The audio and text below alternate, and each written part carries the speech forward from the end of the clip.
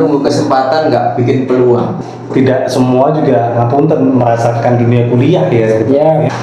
Kalau kita bicara pendidikan khususnya di Indonesia mungkin ya, kalau di Indonesia ini masih mungkin sebatas seperti didikte.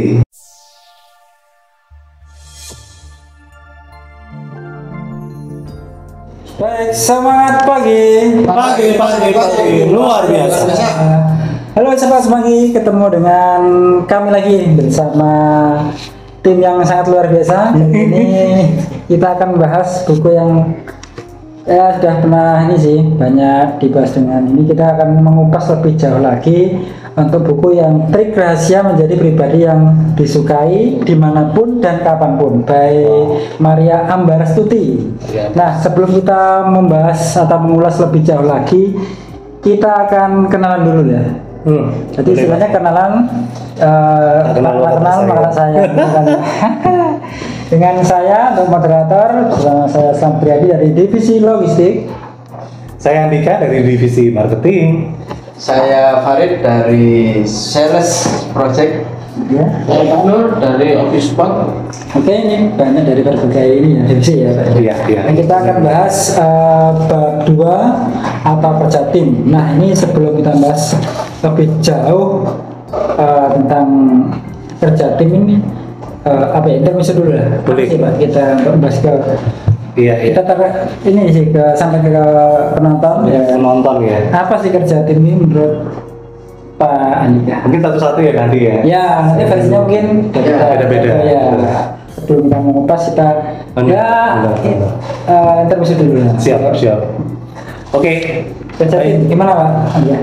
Dari saya sih mungkin kerja tim ini bahasan yang bagus sih Pak. Dan sebenarnya malah ngomong kerja tim ini kayak antara mimpi dan kenyataannya itu susah-susah gampang ya. Tapi kalau saya mungkin menggarisbawahi kerja tim ini tentunya harus ada leader. Nah, ini pentingnya untuk bisa membangun kerja tim, karena tim sendiri adalah mungkin sebagai pengeksekusi ya Pak ya, pelaksana dari sebuah kegiatan atau organisasi atau sistem. Nah, di atas sistem ini berarti ada pengaturnya yang sudah mengatur atau SOP-nya Pak ya. Betul, mendeliver ke beberapa divisi gitu ya. Di divisi itu mungkin ada tim. Nah, jadi menurut saya sih memang tim ini bisa solid, bisa berjalan dengan lancar ketika memang lokomotif atau leadernya itu bisa mengarahkan atau men-lead tim ini dengan baik. Terlepas dari tim ini mungkin punya pemikiran yang berbeda tiap orang, karakter dan soalnya setiap orang itu unik ya. Benar gitu. Nah, kalau tidak ada yang menyatukan atau tidak ada standarisasi yang mendeliver itu semua, nah mungkin kerja tim ini jadi amburadul. Ya, maksimal. Itu sih mungkin menurut saya teamwork ya, karena mungkin kita bukan kayak bukan sama-sama kerja, tapi kita benar-benar kerja bersama-sama gitu dalam satu tujuan. Itu sih dari saya. Oke. Selamat. Untuk dari Pak Farid ya, mungkin punya pandangan lain apa punya pengalaman mengenai kerja sama tim. Kerja tim itu ya kurang lebih sama ya, secara dasar seperti yang disampaikan sama Pak Dika, kita juga harus butuh leadership, jadi kepemimpinan ya benar. Bukan sekedar ketua atau kepala kan gitu. Jadi yang dibutuhkan itu sosok seorang kepemimpinan, bagaimana mengatur konsep nanti ke tim, pembagian tugas dan lain-lain ya, kurang lebih seperti kita main game mobile, seperti misal Mobile Legends. Kita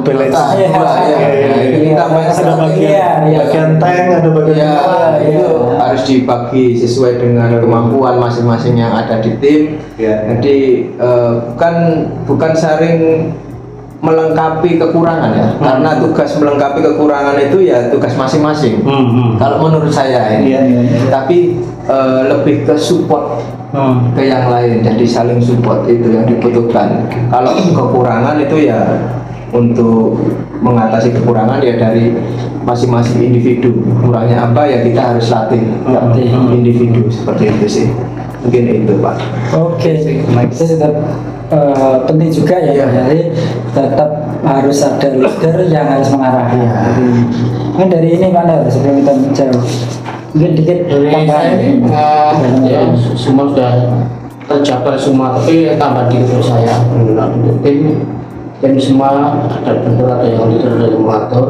Kita ikut dan jenjangnya masing-masing, pemegang harian masing-masing, tapi ya kita support lah, kita bantu kalau ada kekurangan ya, kita bantu yang sebisa kita semua orang kan beda-beda, ada yang ada bisa ini ada ini, tapi dengan support semua kita tim dan kita sulit semua, kita bisa arahkan semua, dan yang tidak kuat yang kurang mampu lah Ya, kita bantu.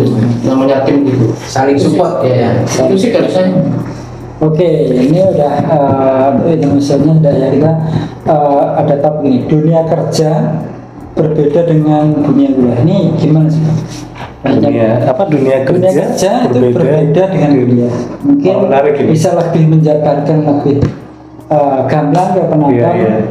Karena mungkin ya tidak semua juga ngapunten merasakan dunia kuliah ya. Ya, kan? Mungkin kurang lebih hampir sama lah Pak. betul. Kalau Pembelajaran, kita ngomong pembelajaran ya. betul. Walaupun sekolah SMA, Iya, kan, betul. Nah, kalau saya bilang khusus sih, apa gitu. Dunia pendidikan. Iya, Pendidikan dunia ya, benar. mungkin semua pada dasarnya juga enggak kuliah juga mungkin ya. Iya. Enggak semuanya itu kuliah. Artinya kan kalau ngomong ini antara teori dan tadi saya bilang kan sempat ngomong mimpi ya dengan kenyataan ini kadang-kadang beda kan Pak. Tapi paling enggak kalau kita ngomong sebenarnya dunia kerja ini dunia industri yang sebenarnya itu tantangannya itu bukan kepada kita bisa apa, bahkan kalau sekarang ngomong SH gitu ya, kalau kita ngomong titel sesuai kuliah Iya. sarjana hukum nih, ternyata sekarang sarjana hiburan, maksudnya tidak bekerja di sesuatu yang berbau legal atau Iya. malah Biasanya jadi itu nggak sesuai dengan bener yang Iya. fakultasnya apa. Itu melenceng. SE sarjana ekonomi, ternyata sarjana entertain gitu. Sopo embong Pak. Iya, itu bahasa Sopo Jawanya. embong, Ya, gitu. bahasa Jawanya ya. Iya kan, kayaknya memang kita dihadapkan pada suatu kenyataan yang mungkin wah kita benar-benar secara teori atau bahkan idealisnya kita itu wah harus seperti ini gitu. Ternyata di dunia kerja itu bisa ya 360 derajat yang kita nggak bakalan suka, kita harus di Press. di pressing untuk bisa Apalagi sales suka, ya. akhirnya Omset mana? Betul, seperti itu. Mungkin awalnya juga tidak menikmati hal itu, bahkan itu nggak pernah deh ada di dunia kuliah yang mana ada dunia kuliah. Kalau teori banyak, kalau cari di Google ada ya kan. Tapi kan penerapannya gitu ya kan. Iya, itu sih mungkin dari saya Pak. Gitu. Jadi memang dunia kerja ini dunia yang memang sepatutnya memang kita beradaptasi ya. Itu sih Pak. Karena banyak tantangan dan luas sekali mungkin skopnya gitu. Iya. Bahkan kerjaan sekarang ini nggak seperti mungkin zaman kita baby boomers tahunnya bapak kita, mungkin belum ada namanya kerjaan KOL gitu ya, atau key opinion leader yang nge-host, nge-live malam-malam gitu ya. Iya. Nah sekarang jadi ada Digital ya. digital ini seperti itu sih, semakin banyak dunia kerja yang kita bisa rambah gitu. Apalagi titelnya apa? Nanti Ya, harusnya sesuai dengan jualan nge-live ya gitu. Oke, mungkin dari Pak Farid ini mungkin banyak cerita atau pengalaman ini ya. Iya. Membahas tentang dunia kerja berbeda dengan dunia kuliah atau pendidikan. Kalau kita bicara pendidikan khususnya di Indonesia mungkin ya, kalau di Indonesia ini masih mungkin sebatas seperti didikte, jadi kurang pengaplikasiannya, jadi kebanyakan teori kan gitu, orang-orang dijajali sama teori-teori, buku-buku kan gitu. Kalau saya bilang kalau pendidikan itu sebagai sebatas rambu-rambu Pak. Jadi rambu-rambu, misal kalau mengikuti jalan ini nanti sampainya di sini sekian jam. misal seperti itu. Nah itu kalau di dunia kerja itu sejauh mana kita mengimplementasikan itu tadi, teori tersebut. Kalau saya bilang di era sekarang mungkin pengaplikasian untuk kuliah atau pendidikan itu malah bisa jadi terbalik. Kalau bisa kerja dulu baru kuliah. Iya, itu lebih mudah untuk menangkap menangkap teori-teori yang ada gitu. Jadi disamakan sama pengalaman kita seperti itu. Jadi itu lebih cepat pembelajarannya kalau menurut saya. Untuk yang berhubungan dengan tim, mungkin kalau di dunia pendidikan mungkin sama-sama ya. Kalau kita bicara kerja tim, mungkin di dunia kuliah atau pendidikan itu ada tugas belajar kelompok. Benar. Nanti ada bikin prakarya apa mungkin. Jadi dunia kerja tidak jauh berbeda dengan menjalani tugas kelompok. Iya, jadi tidak jauh berbeda secara konsep dasarnya seperti itu sih Pak. Oke, mungkin dari panel ada tambahan nih. Ya tambah dikit, memang dunia kerja, dunia pendidikan dan dunia kerja itu ya kita berbeda. Dulu, sebagai contoh, dulu kita waktu kecil sekolah itu kan cita-citanya cuma jadi apa? Jadi dokter, jadi presiden. Lambat-lambat kenyataannya kita lain lagi di dunia kerja, kita profesinya bisa nyopir pun anda tahu kita dulu kok bisa ujuk-ujuk bisa terus dari satu lain Padahal nggak ada cita-citanya. cita-cita untuk kita tersyukur ada belas kenapa kok bisa ya dengan perkembangan zaman yang ada di dunia pendidikan dulu kita dengan gini kita bekerja jadi gini itulah dunia kerja sama dunia pendidikan itu tidak bisa disamakan, tidak bisa kita maksudnya Pasti saya sejalan ya, saya jadi ini saya harus jadi ini itu tidak bisa. Seiring waktu kan harus menyesuaikan diri juga dengan kemampuan kita ya masing-masing. Itulah saya. Oke, udah banyak dibahas ya. Ini ada poin lagi untuk kerja sama tim. Berarti setiap orang memiliki keunikan masing-masing. Jadi di setiap perusahaan tuh penting kan, jadi memiliki keunikan untuk mencapai tujuannya sama gitu.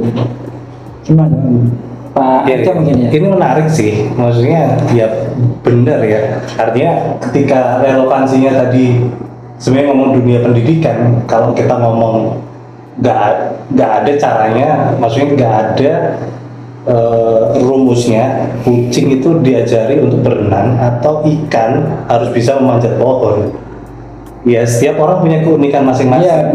Linear dengan dunia pendidikan itu tadi mungkin kayak tadi Pak Farid sempat singgung, mungkin dia basicnya adalah kucing gitu loh. Tapi secara sistem pendidikan dia dipaksa ada di dua dunia. Ya tetap kucing yang bisa berenang dan kucing yang juga bisa manjat pohon. Semua harus benar. Apalagi di dunia sekarang ya harus bisa multi skill. Tapi setelah mungkin ada di dunia kerja dan dia berkecimpung di dalamnya, baru keunikan itu muncul Pak gitu. Artinya ini pasti ada proses gitu ya. Contoh gimana Pak? Artinya kayak seperti bahkan mungkin kalau kita ngomong dunia kerja mungkin terlalu jauh ya. Kita ngomong mundur lagi tadi di proses pendidikan dan segala macam. Pasti minat dan bakat dan kemampuan tuh sudah mulai condong ke arah tertentu. Artinya kayak mungkin kayak teman-teman sales dari awal mungkin Pak Farid itu punya hobinya itu ngerin sesuatu terus kayak ngitungnya ini SE sama gitu ya bakalan politik gitu ya. Dan keunikan itu mungkin nggak disadari sebelumnya Pak, tapi akhirnya ketika terjun di dunia kerja bahkan mungkin awalnya kerja A gitu ya, kok seiring berjalan akhirnya menemukan ranahnya sendiri. Bahkan kejadian nyata kan beliau awalnya di Carson ini kan technical support ya Pak ya. Tapi dari technical support karena dia juga paham secara teknikal. Nah, berkembanglah keunikan itu ternyata ada minat di sales. Akhirnya muncullah itu tadi. Jadi kalau ngomong DNA atau keunikan untuk tiap masing-masing orang sih Memang unik kayak. memang unik gitu loh, dan pasti nanti akan ada jawabannya. Kalau makanya kadang-kadang kan ada tawaran kayak kerja sesuai passionmu. Nah ini kadang-kadang yang salah kaprahnya adalah kalau kita ngomong sesuai passion ini kan menunggu kesempatan ya, Iya, namanya. sesuai passion ini akhirnya kan Milih. iya, Menunggu. picky kan akhirnya milih gitu loh. Milih. Menunggu kesempatan nggak bikin peluang. Nggak bikin Ya, peluang. nggak semua bisa dicoba. Betul, Ya. makanya kan sekarang muncul entrepreneur, maksudnya buka apa usaha kecil-kecilan dari awal gitu. Itu kan sebenarnya keunikan-keunikan yang mulai coba untuk digali dan mencari jati diri kalau orang Iya. sekarang. Ya, nah. Jadi kadang dipelajari apa sales apa fakultas elektro ya. Nanti bunyinya nyel, saya nggak bisa masuk. Makanya gitu. Dulu saya pernah punya BM itu Pak. Iya benar. Elektro tapi sales. Akhirnya. Pengalaman juga di sales juga. Betul. Tapi nggak nyambung. Tapi ya itu jadinya di situ. Iya. Dipelajari apa nanti di kehidupan nyatanya itu apa. Tapi nggak apa. Yang penting mau mencoba. Benar. Jadi itu. Semakin besar perusahaan akan semakin banyak orang yang terlibat di dalamnya. Banyak pula divisi yang dimiliki oleh perusahaan. Nanti penting kasih Pak untuk di dalam divisi perusahaan itu untuk orang-orang yang unik itu untuk mungkin menyelesaikan masalah, untuk mencapai tujuan sama, atau Iya. menciptakan kreativitas dari unik tadi gitu loh. Kalau Penting nggak? dibilang divisi karena memang semakin banyak semakin besar perusahaan semakin banyak orang dan Iya. juga setiap orang mempunyai karakteristik, jadi lebih digeneralisasi, jadi lebih dispesialisasikan lagi di divisi masing-masing.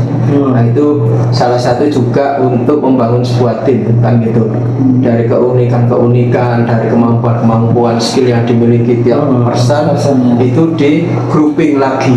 Misal ya namanya orang juga memang kadang ya seperti yang dibilang Mbak Andika tadi, nggak semua orang punya passion yang sesuai kan gitu. Sesuai, ya. Iya, karena mungkin dia belum berada di titik apa ya namanya, manusia itu pasti punya dasar psikologi itu untuk bertahan, survive. Survive, ya. Iya. Nah itu Betul. kalau dia sudah tertekan atau terpojok, ya itu Ya. ilmunya keluar semua. Biasanya Itu namanya the power of commitment. Iya, kayak pader ya. kepepet. Iya, apapun dilakukan. Iya, akhirnya Tapi yang pasti. akhirnya kan dari situ timbullah keunikan-keunikan, kemampuan yang sebelumnya Tapi keunikan yang kiranya nggak melenceng. iya, Ya. ternyata ada potensi ke sini. Ya oke. Cari aja. Akhirnya untuk leader didelegasikan, namanya di divisi masing-masing tadi. Itu kan salah satu di kerja tim itu mendelegasikan. Soalnya support timnya Iya. kesehatan. Ya kan? Seperti siapa? Ada jadinya teman saya gitu. Iya. Oke, seru ini. Nanti ini ada poin lagi berbagai manfaat kerja tim. Apa sih Pak menurut untuk manfaat kerja tim itu Pak? Manfaat kerja tim itu perlu sekali kerja tim. Untuk manfaat kerja tim itu untuk manfaatnya kan kita kerja sebenarnya ini kok ini saya kan kurang mengerti ya, kurang mengerti tadi bisa dibantu kan manfaatnya kerja tim gitu, jadi saling membantu Saling melengkapi. yang kurang mengerti.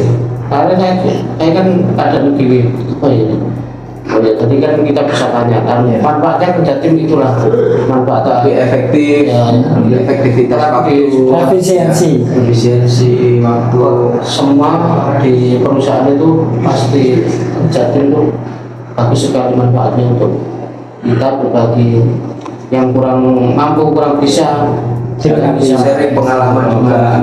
Oh ya, itu kan kok saya tidak bisa ya gimana? Kan jangan kita jangan minder, jangan minder, kita tanya apa kekurangan kita, apa Jadi evaluasi bersama tim lah. Itulah. Dengan tim. Mau berusaha, kerja tim itu manfaat.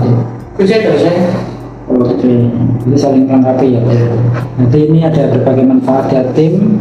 Salah satunya adalah menciptakan efisiensi kerja dan yang ada menampung lebih banyak ide. Jadi mungkin dari keunikan tadi, keunikan tadi itu ya. ide di grouping apa di mana. Nanti ketemu, oh ini cocok untuk saya rasanya di grouping. Ini dari tim SS pindah ke ini pindah ke ini, apa dicarikan baru.